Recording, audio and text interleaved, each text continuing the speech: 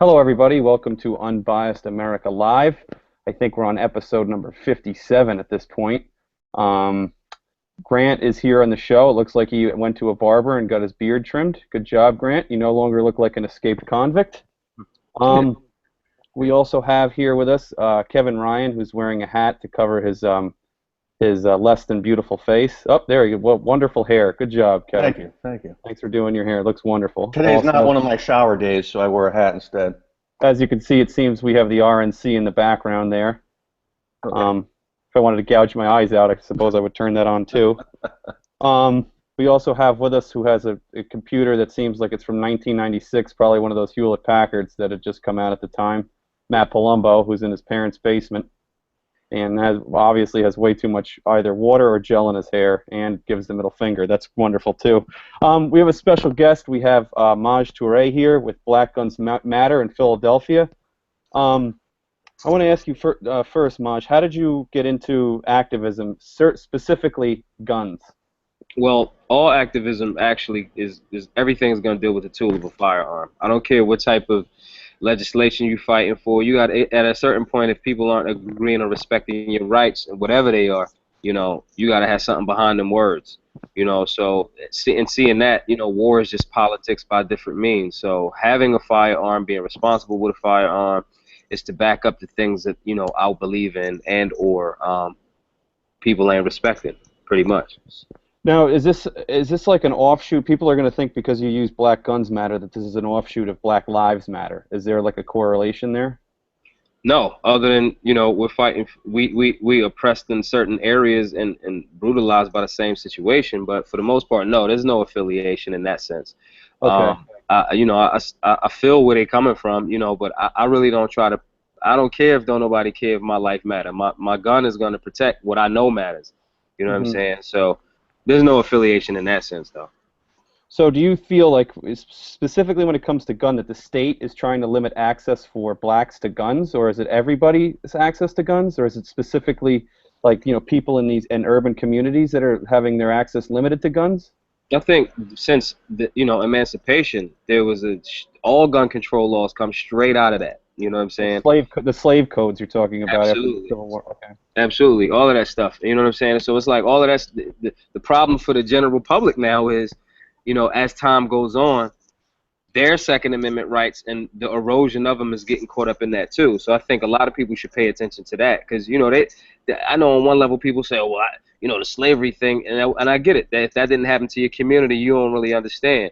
But you gonna understand if certain more gun control measures and gun legislation keeps happening when clearly that's not. If somebody's a criminal, they don't give a shit about your rule. So you're just making it Right. more difficult for citizens, Americans, to get the Right. firearm to protect themselves against the bad guys, the evildoers, or whatever. So, but and to your point where you said at the beginning of the show, you said, all my rights come at the tip of a gun, right? I mean, it's all predicated on whether you have the right or not to bear arms. I mean, it's not only the Second Amendment that wasn't afforded to blacks throughout history. I mean, if you look at the Plessy versus Ferguson case, they were denied equal protection. Then you had Jim Crow.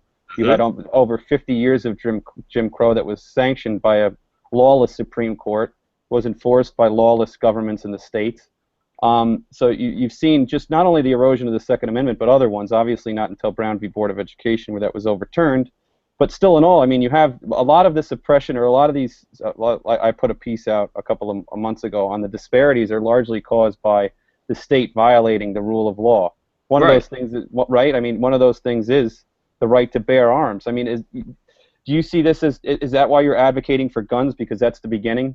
That's like, Well, give us our rights to guns, and then we can enforce, we can check you if you well, if you take away other rights. even deeper than that, on a certain level, yes, but that's not something that I'm creating. That's shit Thomas Jefferson said. You know what I'm saying? These are things that since American history, like the founding fathers came from over there and was like, yo, we not really feeling this tyranny over here. You know what I'm saying? We out. And then when they came, the cops, the guys that we were getting away from, or they were getting away from, it was like, look, send some bullets their way, because they're not really respecting it. So yes, in that sense, yes, but it's not a new argument. I just think the other No. thing to that is, I think it's also, no, it's not about, you got to give us our rights. No, these rights are already mine. They're already here. They already here. that's just in the hood specifically, not limited to, but in the hood, they've done a very masterful job at making it seem like this is something that we supposed to, we don't have, or you're not, if you have the firearm, you're the bad guy, or you must be law enforcement or something like that. And that's not the case. And that's really the change that we're trying to do through education and information, because it'll break down certain levels of stereotypes. And it just gives people a little bit more confidence. I know that I have the right on my property, my physical being is going to be defended. So I don't care if I want to slather myself in butter. If that's what I want to do, then that's what I can do. You're going to respect it. And if you're that upset about me slathering myself in butter that you want to come to try to stop me, this firearm will protect my I'd want to come and watch that, actually. Is that weird? Yeah, it's kind of weird, yeah. It would be weird. That's a little weird. All right, sorry about that. But what you're saying is that rights come first. These rights are unalienable. They belong to the individual, and then comes governments. And the purpose of the government is to enforce these rights. And when they do not enforce these rights or do not protect or safeguard these rights, they're acting lawlessly. Exactly. And then from there, you're saying you have urban communities where people are being vilified solely because they own a gun. They're being lumped in with, say, gangsters and so on and so forth. But isn't there a problem, and I'm sure in Philly, also in Chicago, there are black families that want to have access to weapons in South Side of Chicago to protect their family against those specific types, and are being restricted from owning a weapon, right? So, not only do you have this widespread problem of violence and crime in these communities, now you're disarming the people that need guns the most, right? Can anyone hear me? Yeah. Yeah. Maj, can you hear me? Yeah, you hear? Yeah, can you hear me? Yeah, I can hear you now. We might have cut out. You broke up for a second, but yeah. But it's cool. Just to finish my question off, I'm saying that in those communities where you have this gun violence, you have these kind of you have where they are painted as criminals. Everybody that owns a gun, the people that need them most, the law-abiding citizens that follow the law, can't get a weapon, and they're left most vulnerable, right? And yes, and that's part of the reason why it starts to at a certain point. I mean, politicians are cool and all of that, but either you just not using common sense, or it's deliberate. It's one or the other, because it's simple math. It's like, okay, if the criminals don't care, you're making rules to vilify or criminalize the people that actually could use the tool for the proper reason. So to me, that starts to look like either you're stupid as the politician that's pushing for more of that gun control or those laws, or it's just a talking point, or it's a bigger agenda. I've read Mein Kampf 3 times. That's the same thing Hitler did. I pay attention to history. You know what I'm saying? So when Jewish people in that part of the town in that time, it was, oh no, let us have the firearms and we're the government and we'll take care of you. And I'm cool with that. That's not really my twist. That's not really how me and my people here are gonna be okay with that. That's my next question. That's actually my next question. Is that not that our government has the same motives as Hitler, but don't you think that the government's saying, hey, look, you don't need those guns. We'll take care of you. And this emboldens and empowers the state, that more people will say, hey, I need the state. Let's vote for more of it. Let's vote for more government. The government's here to protect me. I mean, do you think that's what's going on in the broader context? I know that's what's going on, because it's too obvious, and it's too some of the things, even the things that happen, certain shootings, certain things, I'm like, yo, it just looks a little too convenient. It's like when you play with people's fear, they say, well, you need more security. Security is the opposite of freedom. You know what I mean? And then you just get people to agree to these things without thinking. I was doing a show a few days ago, and the guy said, well, why didn't Obama get the Department of Justice involved?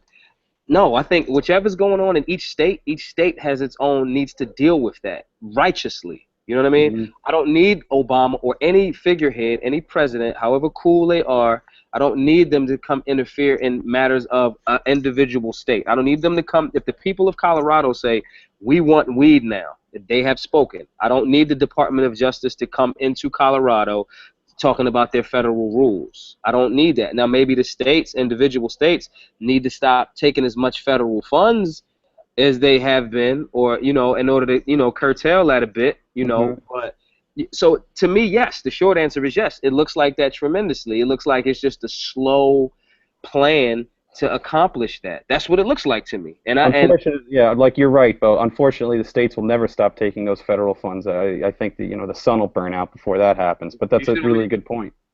I think Go I ahead. think that if you're paying attention to it, and see, I just have a very well-read, holistic approach to looking at the thing. It might be four presidents that get shot at you that's part of the same plan. It's the same plan. We just need this cool guy to do it, then we need the asshole to do it, then which one works the best? You know what I'm saying? So me as the person that's paying attention that has plenty of time to look back at history, to read, to anticipate, to create scenarios. It's a bigger chessboard. But most people don't have that type of time to pay attention, or they don't think they do, and then they look at the idiot box and they just stuck on that, and that's what it is. But the reason why, the Second Amendment part of it is very important is because all of the other things that we disagree with, we can figure that out. But if I don't have the means to defend myself, I damn near can't even disagree with you because what you say goes. Because I don't have a means to defend myself, and you do, and that's what's very dangerous. I guess there's a reason it was second on the list of the Bill of Rights that they have the right to keep and bear arms, right? Right, like not 97th.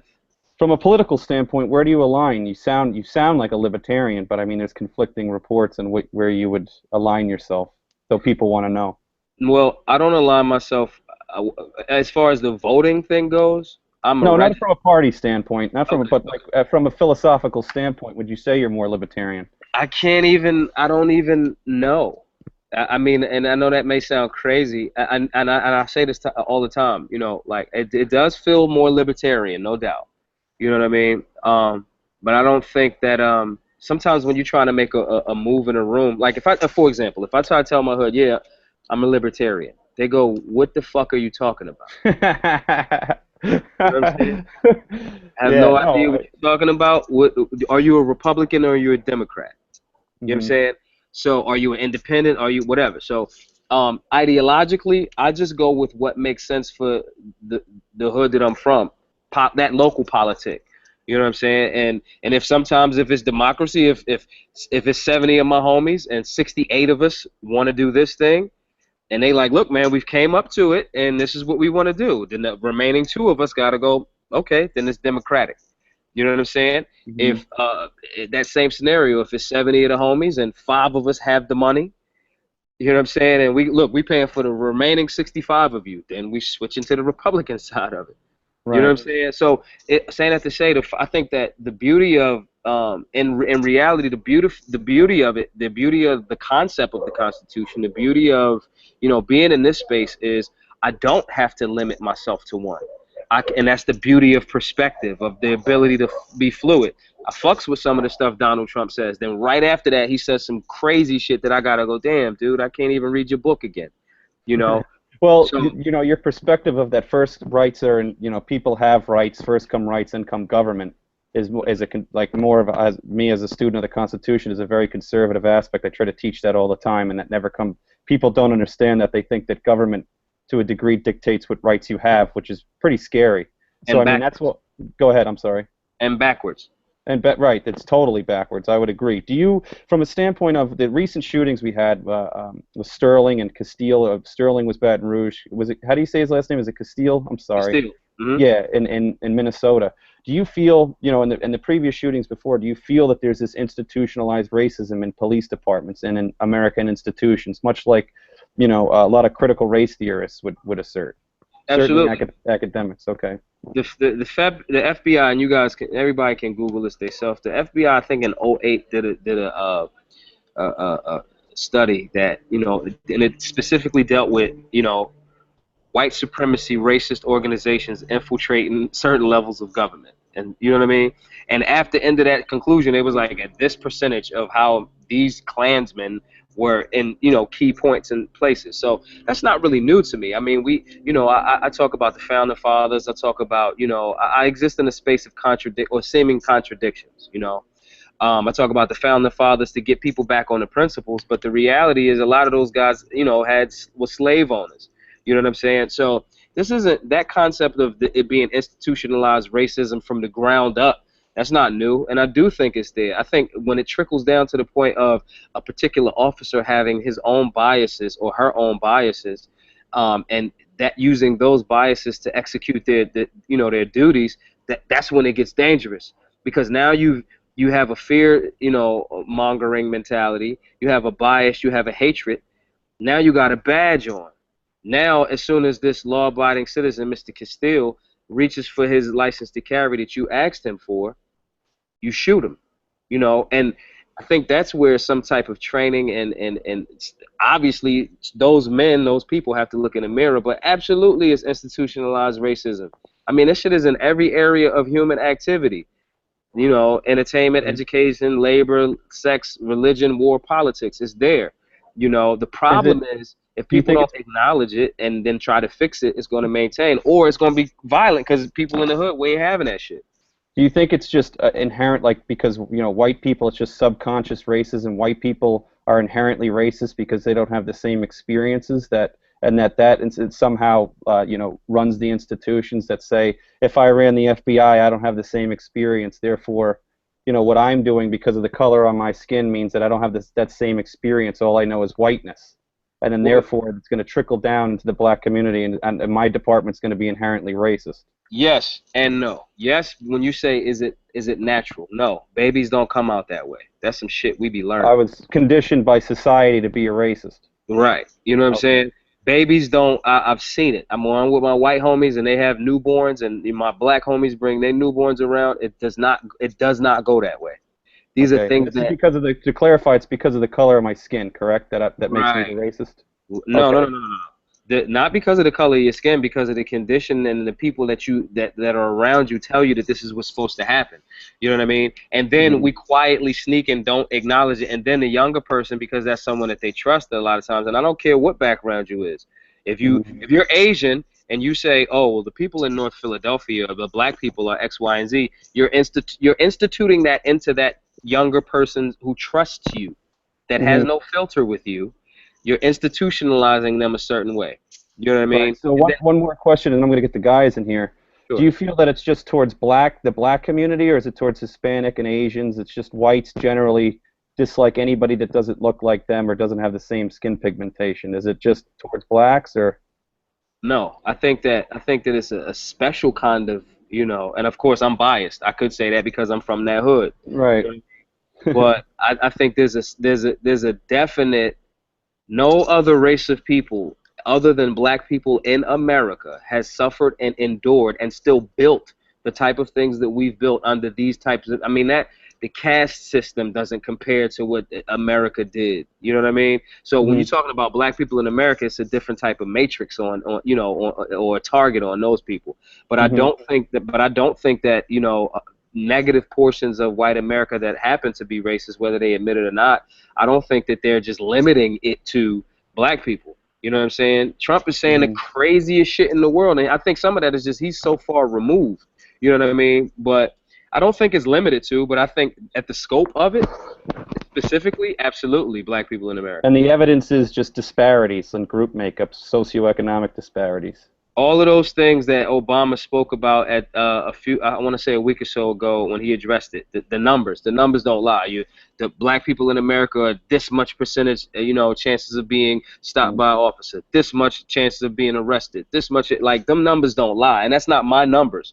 Nobody from Right. the hood made them numbers. That's their stats. You know what I Yeah. mean? So those numbers don't lie. The thing is, now, here's the other part.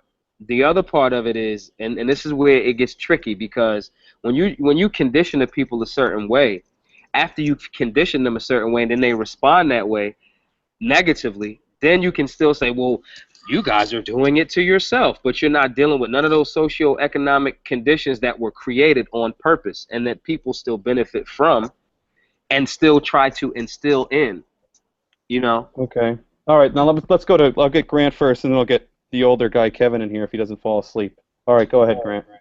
Well, I want to address the institutional racism discussion for a second. I do agree that the socioeconomic disparities is a major problem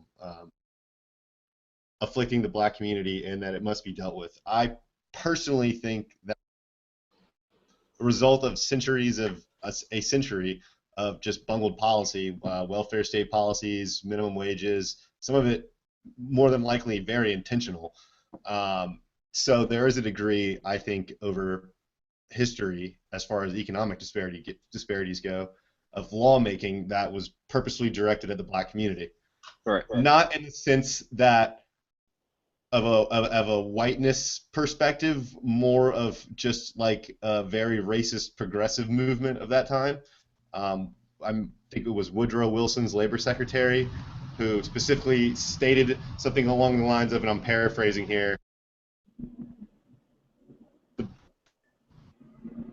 blacks must not be allowed to integrate into the labor market, and to keep them out, they would set price floors for labor. So I could certainly see the sentiment of Black Lives Matter and what Maj is getting at here, but I think it's more of a purposeful laws enacted towards black people, more so than it is like a factor of skin pigmentation in the modern sense of it.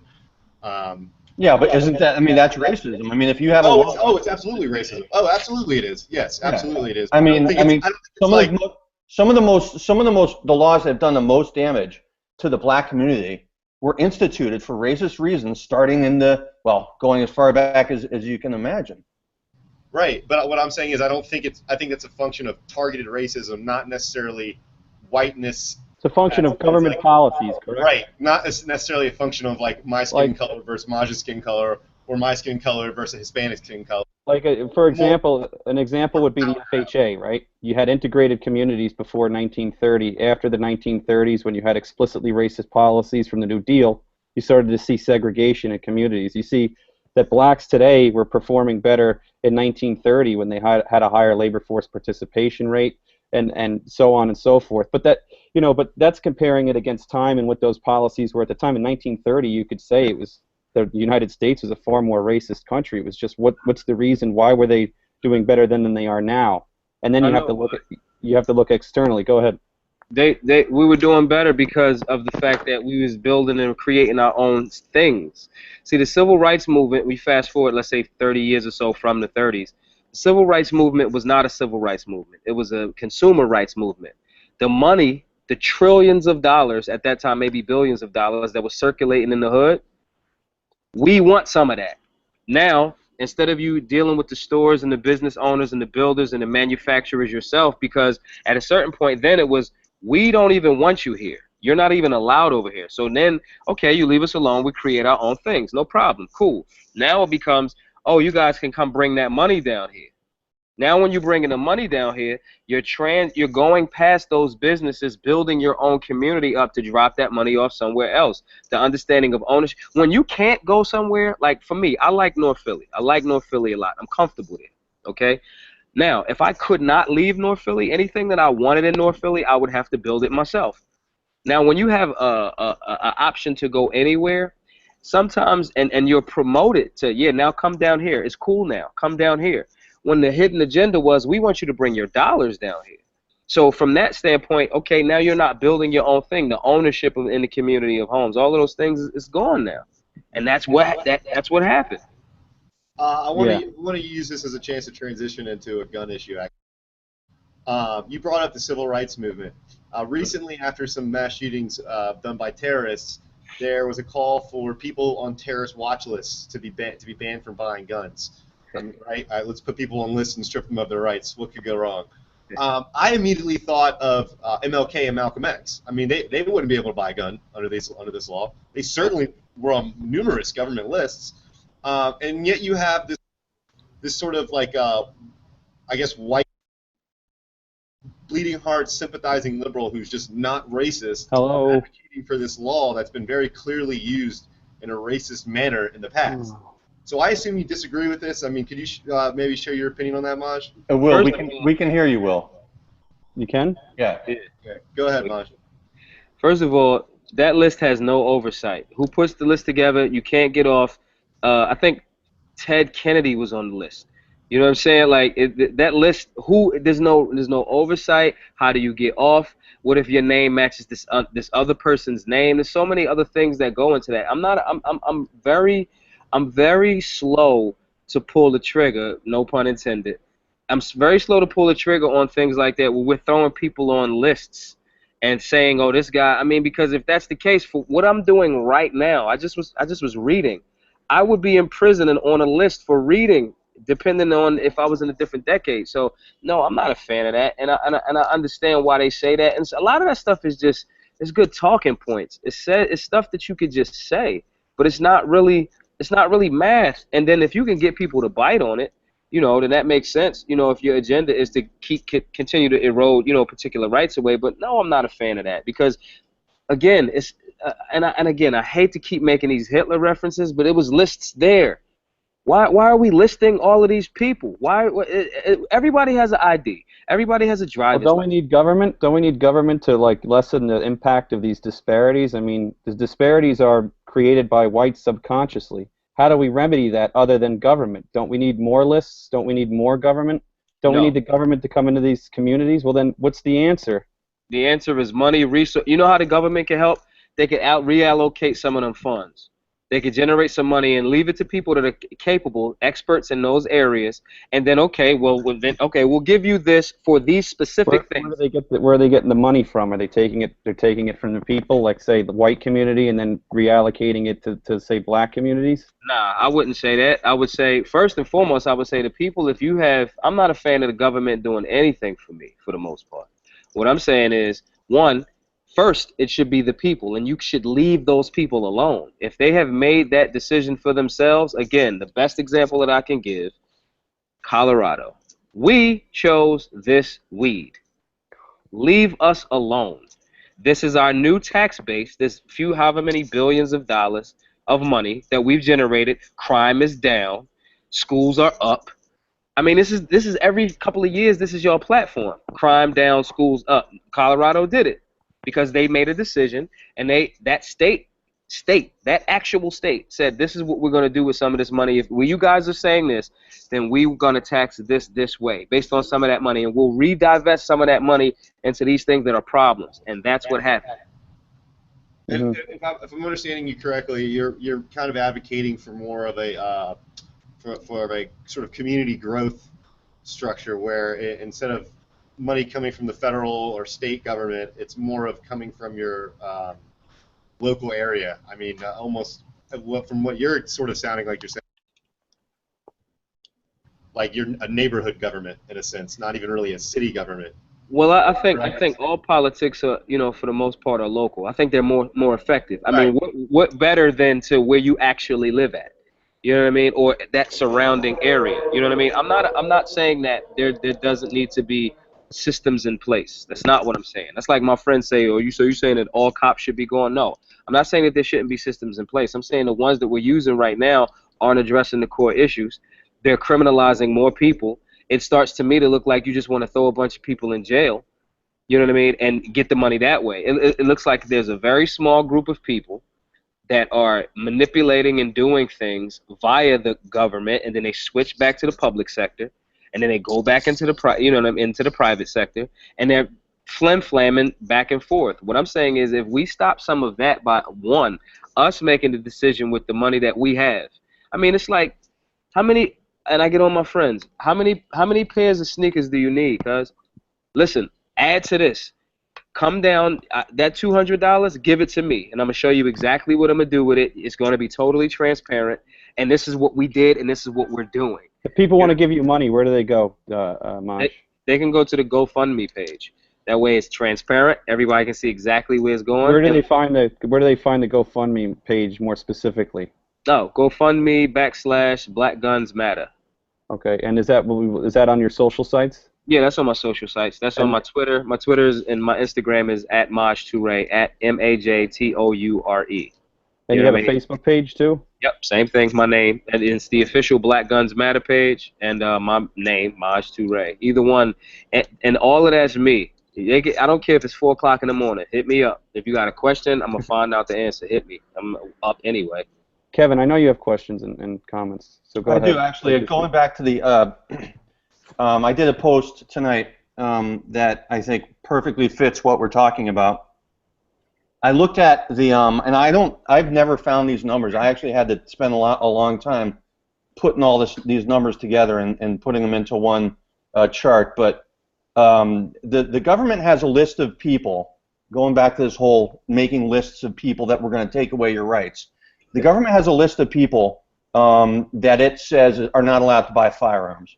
And that list is maintained, it's called the National Instant Criminal Background Check System. It was instituted a while ago, but just in 2006, there was only about 4 million people on the list. Now, there's different criteria for the list. Certain crimes, if you commit them, you're not allowed to own a firearm.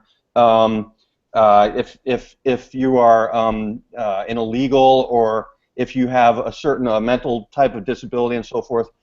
So anyways, there's 4 million people in 2006. Today, there's almost 13 million people, which means it has grown 200%. And that's not today, by the way. That's 2014. As of 2 years ago, it had grown 200% from 2006 to 2014. Here's the chart I made. Hopefully, there's no reflection. You can actually see it. And you got to start at some point wondering, if the population during that time only grew 6%, what is going on with this list that it grew 200% between 2006 and 2014? I mean, this is the type of backdoor firearm ban that you got to start wondering whether or not there's more to it than meets the eye. I mean, there's other ways the government has tried to instill has tried to decrease firearm ownership by taxing ammo. That was a big one that in certain states have tried to enact. Grant, you'd probably know more about the micro labeling. I'm not too well versed on it, but they've tried to. What's it called? My least favorite is an EPA law that strictly regulates the production of gunpowder and causes about a 25% increase in the cost of ammo. Right.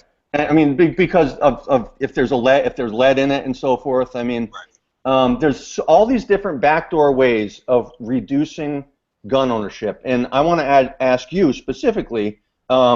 You come with concerns from the black community. Well, one of the biggest components of this list is people who've committed certain crimes. And that, let me just look up this number really quick so I don't give you the wrong numbers. That is up almost the most of any component of the list. It is up, it is up 655% in that time period. 655% are the number of people who've committed crimes that are now on this list. Now, crime was not up 655% at all since 2006. But this list for these certain amount of crimes has increased that much. All the other big things that it's increased are this so-called whether you're mentally fit to have a firearm. Now, on the surface, like you were saying, it's easy to bite on this. It's easy to say, you know what, if you have a mental problem, you should not have a firearm. But you know what? You start tinkering with the definition, and you can increase the number of people who so-called aren't mentally competent to have a firearm pretty easily. Ever been to a psychiatrist? No gun for you. Ever taken an antidepressant? No. I mean, these are the things that you worry about when you give government the power to take away your rights. And because of that, we've seen people that's the second biggest component of the list. People who are considered not mentally healthy enough to have a weapon has increased 1,164% since 2006. See, now when you do those numbers, it makes it very clear for me that it's encroachment. It's an encroachment up until it's time to do the blitz. You know what I mean? They're right at. I'm gonna get as close up to this line of scrimmage as I can, slowly as I can. As soon as that snap happens, it's the blitz, and that's why the guns are important. Because all of those stats, I get it, and I feel that, and I understand that, and it gives more clarity to it. You know, now when you're explaining that to somebody from the hood, they don't understand those numbers. They just go, "Yo, why?" It's just like the perfect phrase that you use is the backdoor policy. They're trying to go every different way and get as many people on each side to get you to agree to this, and then before you know it, it's like cooking a frog. Just put him in the water regular. Slowly turn the water up. He won't even know it. He just thinks he's comfortable in having a hot bath until he's boiled to death. And it's the same thing. Now, when I translate to my community, they understand that. You're trying to put us in a stern. Period. It's not even like a joke. It's not even like a conspiracy theory. It's a group of people conspiring to do some shit. It's not a theory. It's an active this is going on. You know what I mean? So it's just trying to translate that. And you see, the beautiful thing for you guys is your background and, yes, your skin color and all of those different things creates a space where it is probably, you guys probably had access to firearms younger, blah, blah, blah, blah, blah, all that other stuff. The information is different. In my hood, none of this information is discussed. None of it.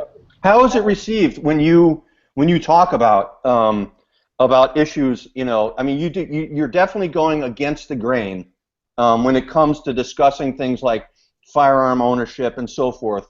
How is it received when you discuss it in your community? It's received. They love me in the hood. They love me because when I tell somebody that, for example, 22-year-old buys the firearm with his debit card. He's clearly not John Dillinger. Buys the debit card, buys the gun, boom, boom, boom. He's telling me about it. Oh, this is my Gen such and such Glock 22. I wanted to go with the 22 because you told me that most law enforcement carry that. Da da da da. I said, well, yeah. Well, where'd you go to get? How long did it take for your license to carry to come back? He's like, what do you mean? This is a legal gun. I bought it. I'm like, dude, in Philly, you have to take one little extra step because if you are walking around with that on you without that license to carry, quote unquote, you're looking at 5 years off top, and then you're not even going to be able to carry legally.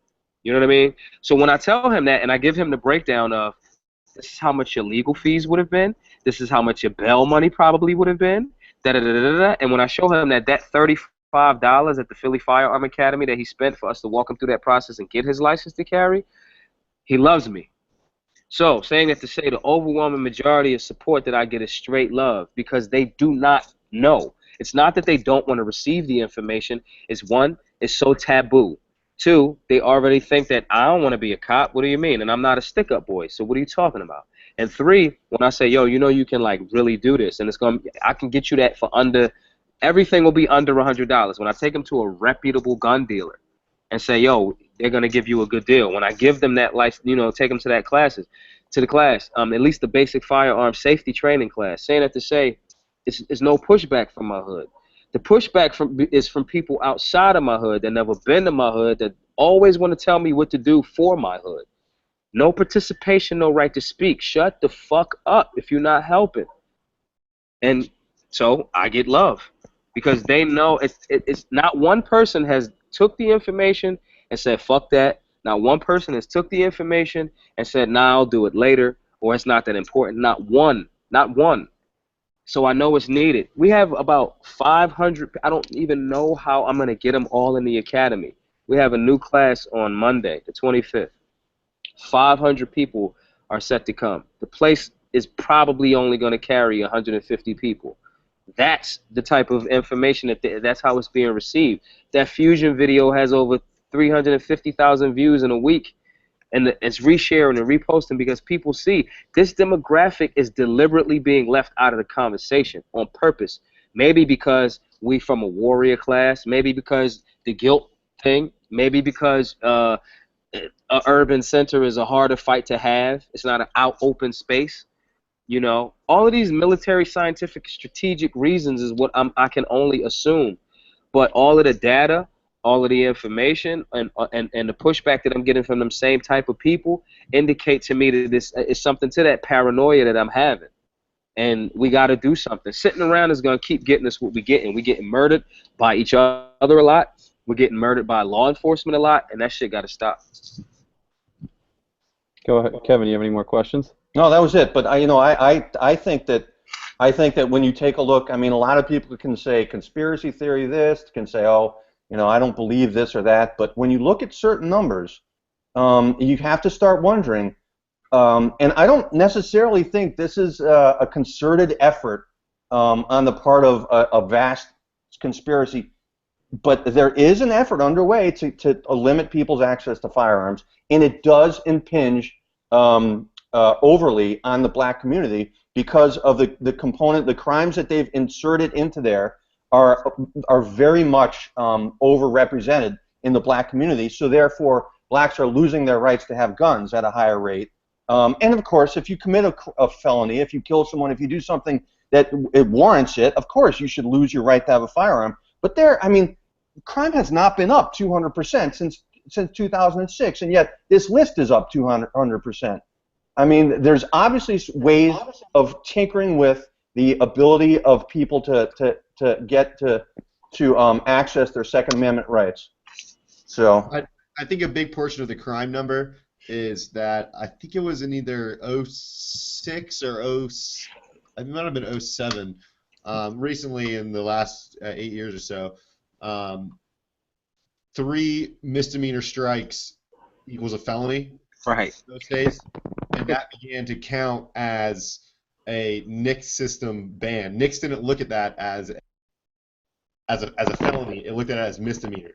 But then they switched that and they made it look at it as a felony. So if you get arrested for, let's say, small marijuana possession 3 times, you've now committed a felony. But that's exactly the point, which is if you tinker with the definition. That's why I agree that it's a concerted effort. Because if you change the definitions, if you change the inputs, if you change the criteria, you can effectively implement a backdoor ban on people having firearms, and it's affecting the black community more than any other community. So I have a great respect for what you're trying to do. And that's the reason why the fear is being played towards white guys. If you fear and you've never been to the hood, and if I can make you afraid, then you'll say, well, those guys are crazy down there anyway. So then you start to be okay with, see all of the things that they did, blah, blah, blah, blah, blah, blah. So yeah, if those guys, you know how many times I get something on one of my social media and somebody say, well, if you guys just respected the law and respected police, then you would be okay. And it's like, yo, you don't even understand, but that's how they play that game too. That's why it was very key, with Black Guns Matter, we want to clarify that we're not just for black people. You know how many white homies I got that live in Fishtown and they under the same boot, so it's like, if you get somebody from the demographic that understands that community, they don't have that same fear, or they don't just go to, nah, he's the bad guy. Nah, he's not the bad guy. I know him. I play ball with him. I hang with his children. When you have that situation where it's removed, I think those upper powers that be, that small section, they're puppeteering and they're making these people be afraid of these people. The first time I went to Africa, I was 16. And all the way growing up, I had, they tell you in the neighborhood, oh, Africans in the continent don't like African Americans. They don't like them. They just don't like us. So I get there, and I'm nervous, and I'm with a friend and his family, and I'm there, and I'm thinking to myself, like, okay, well, what's going to go on, da-da-da-da. And so after a week or so, I'm like, yo, everybody's so nice here. Everybody's so cool. Towards the end of the trip, I say, yo, I need to tell you guys something. And they're like, yo, what's up? And I'm like, listen, I thought you guys on the continent didn't like African Americans and black people in America. That's what we thought. And at the end, they all laughed, and I'm like, what's funny? And they was like, yo, we thought the same thing. We thought that African Americans in America didn't like Africans on the continent. Now the funny thing is, we're worlds apart, but we've somehow both been told the same thing about the other person. I think that's what's happening. And a lot of times, and I think the Second Amendment is a way where a lot of people start to, when you see that commonality, you start to not look at the race of it. When you see that there's the wizard behind the curtain trying to get us both to dance against each other for that, then that's where you start to gain power and traction. Because now who's that wizard? Is it white society behind the curtain? I wouldn't even say it's white society. I would say, and I don't want your show to get all fucked up, but I would think it would be people that run the IMF. I would think it would be people that run world banks. I think it would be people that have a vested interest in keeping chaos, because chaos and war generates business. Prisons. The Bob Barker company with the fucking expensive collect calls that ship all of the goddamn toiletries into the prison systems. The school systems that is a school to prison pipeline. Those type of hierarchy people that are so far removed from the community. And I hate to sound like, oh, there's a George Burns in some room sitting around pushing buttons, Sure. But at the same time, it starts to look like that, and it becomes, okay, if that's not the case, show me why these things are still happening this way, And I would never make a scathing indictment or a blanket statement and say it's white society. We are society. We. You know, Okay. so anything that's fucked up is something that we let ride, and we didn't check the people that was bitching and was controlling us. That's our fault, and we got to fix it. Well, let Okay. me say, Interesting. I support the cause of Black Guns Matter, and in honor of that, I decided to bring one of my Black Guns. Ah, Absolutely. here we go. Ah, Everyone knows I'm the resident gun nut, so I brought with me my AK-47 Love it. in support of Black Guns Matter. Yeah, I think it's awesome, man. I will say that as a long-time, very fervent gun owner, the black community is very underrepresented in the ownership community. I'm not totally sure why. I think you're on to a lot of the reasons why. I have some other thoughts on why. But guys like Colion Noir, Antonio Okafor, and yourself are doing a great job of closing that gap, and I think it's very Thank you. Thank you. I have understand the another. right to bear arms. I have another question. Whenever somebody brings up voter ID laws, they're decried as you're this awful racist. But when it comes to restricting weapons, I don't hear anybody say anything. The mouths are shut, no big deal. Is that like, what do you think the reasons are for that? I think because guns are a lot of Americans, even gun owners, we're very cliche, not cliche. We're like still a niche market. You know what I'm saying? Like for example, if most guys carry Glocks in the gun community, and every other community, if people doing things is because of a fad. In the gun community, it's like those people kind of know what the fuck they're talking about. So if a lot of people are carrying Glocks, there's something to this, you know. So because we're still at that niche market, anything that's said about that, and because the rest of the world is, it's still taboo. It's still it hasn't made that mass, appeal. It's not all the way critical mass yet. So because of that, if those guys are the bad guys with the guns, those crazy gun nuts, right? The things that you can say about them is okay because they're the bad guys. They're What the do you think crazy. about the NRA? I'm a member of the He's a NRA. member, yeah. I think that they need what we're doing. I don't know if it, and I hate to say this because I am a member. Um, when I looked on their website, let's say a week or so ago, I saw before you could even log in, the statement about the 5 Dallas officers that were murdered, and I feel horrible for their families. Those guys are never going home, and we don't even know what's up with them. They heaven, hell, if the shit exists, whatever. However, I know that their families are going to miss them, just like Mr. Sterling. You know what I'm saying? So when the NRA, or Mr. Castile, when there's a license to carry guy, and you can make a statement about, I think he didn't have a license to carry, though. That came out later. He actually didn't have a license. he didn't. No. No, are we sure on that? Yeah, I'm pretty sure about that. Okay. Yeah. I It, think he at, did. I heard he did. I heard he No, did too. Now I've yeah, heard it like came out several. later. I heard he was issued one, but he didn't have it on him. Yeah, no, I heard he didn't have. It came out later that he didn't, but maybe I'm wrong. I don't read. I read a lot, so.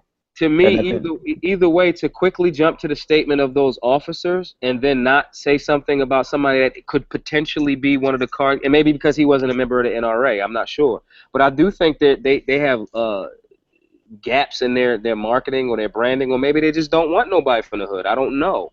I don't think so. That doesn't even make good business sense. If it's an untapped market, and if it's $25, like, and if it's 10 million more people, you know what I mean? That doesn't even make good business sense for them to be on that. Like I said earlier, they've done a really good job with people like Colion Noir. Is that how you say his last name? I'm not totally Yeah, sure. Coleon Um, Noir. and a couple other commentators I know about. But on Philando Castile, I think they put on their Facebook that something about assault on gun rights and gun owners in general, but they don't really want to make a statement until there had been like a court ruling on the matter. See, and that's but to And me, I will say that there was certainly a difference in the perceived reaction, and maybe because the two were under different circumstances in the sense that Dallas was really a blatant terrorist attack, is what it was. right. And Orlando Castile, regardless of your opinion on it, was possibly a more conflicting matter as to what exactly happened. That will be resolved in court when I think Dallas is kind of more cut and dry. But I will say that the NRA is definitely coming around to understanding how to market to the black community and bringing in the black community, but they still have a ways to go. They do, and I've been a member for like 10 years, so. right. I think that some of the stereotypes that they're running across, the quicker they,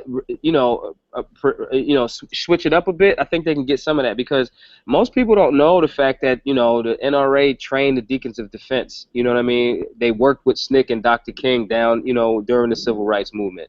You know what I mean? So that part of the history, even they, as the NRA, aren't really telling that story per se. You know what I mean? And so there's things, that's why when some of my friends go, why are you fucking with them? Well, because of these reasons, and they're the largest Second Amendment advocacy group that I know of on Earth. So that makes sense for me. You know what I mean? So, but I do think I think it's kind of slow, but no one's gonna deny the fact that, what Mr. Noir is doing isn't great. He just followed me on Twitter like yesterday, and I was stupid hype. I was like retarded hype. You know what I'm saying? But I do think that there's other, and I would be willing to work with them and say, yo, y'all got to kind of present it this way, because you can't, the community that I'm from has a heavy, reasonably so, has a heavy distrust for law enforcement because of how we're treated.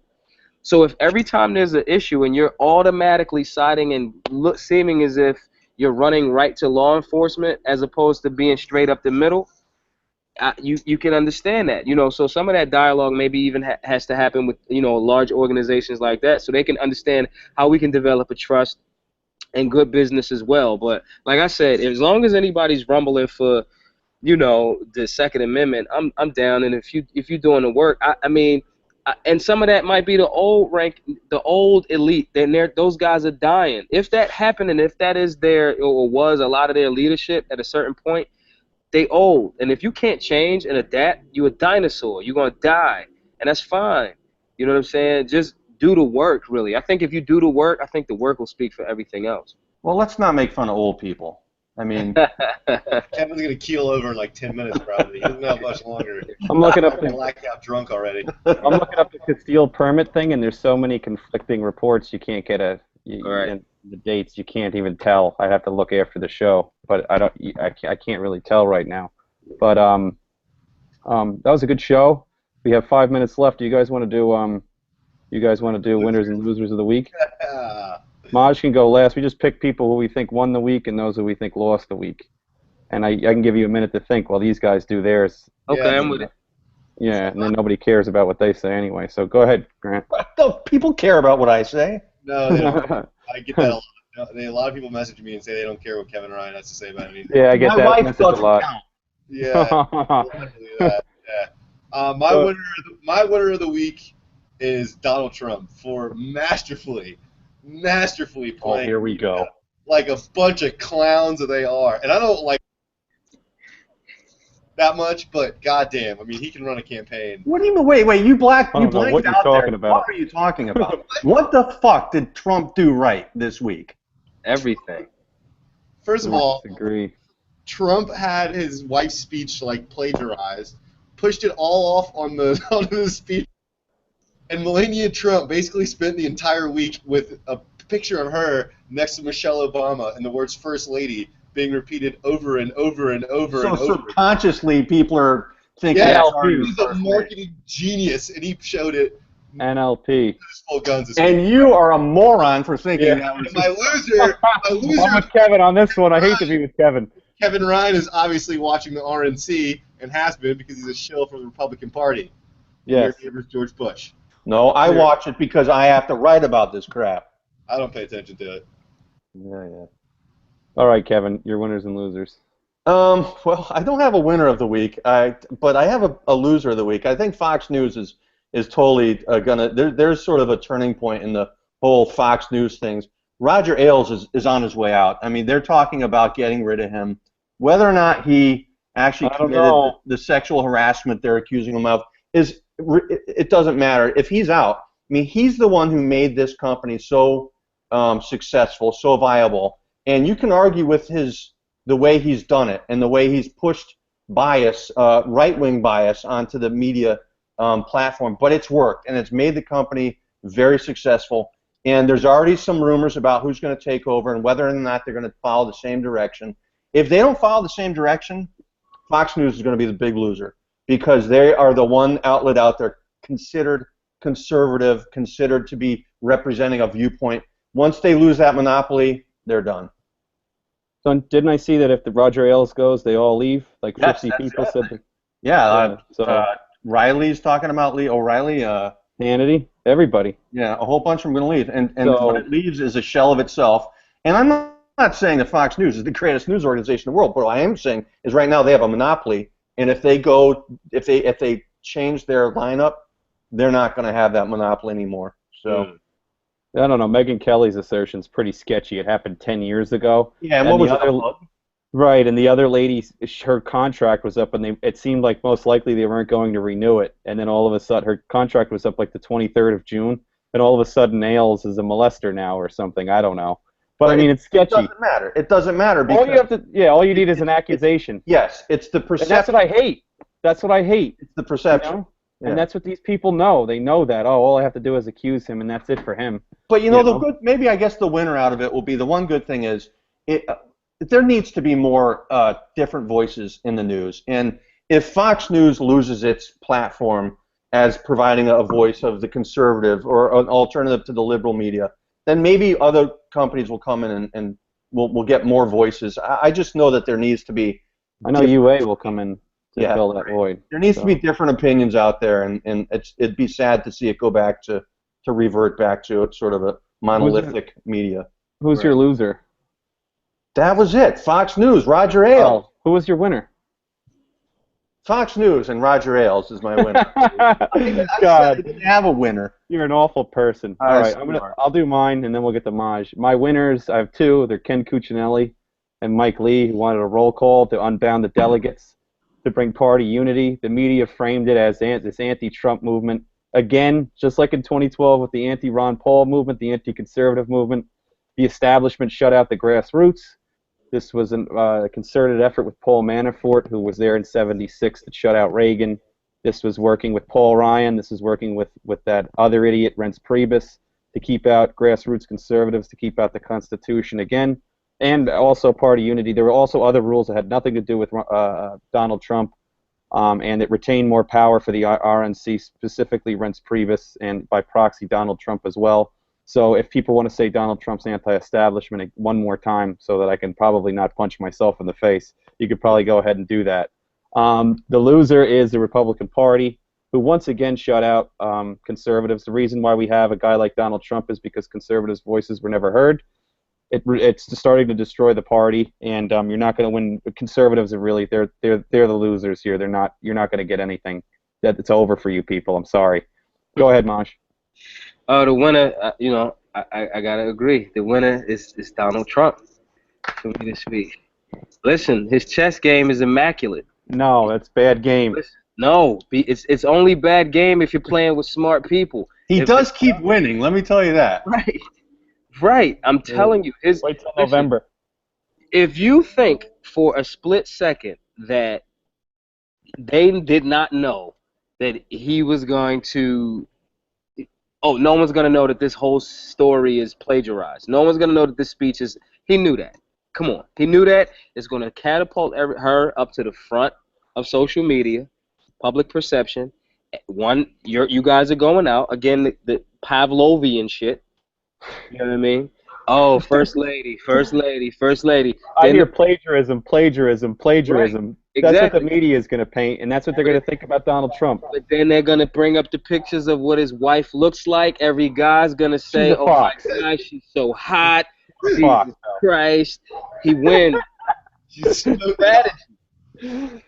Every single one of y'all, when they flashed the pictures again, her naked was like, well. I take it back. You're absolutely right. Trump is the winner, and it's because of idiots like Will and Grant who are salivating all over themselves right now just thinking about this woman. She's good looking. What are you going to do? It was a smart move. The loser for me this week is I forget his name. I don't even want to know his name. The president of the police union and calling for a suspension of the Constitution. Yeah, that was pretty bad. It's like, because that's how the Constitution works. That was in Cleveland. Right, for the RNC. Yeah. The reason what cemented him for the loser for me is his phrase. He said, at this point, I don't care if it's constitutional or not. Well, at least he admitted it.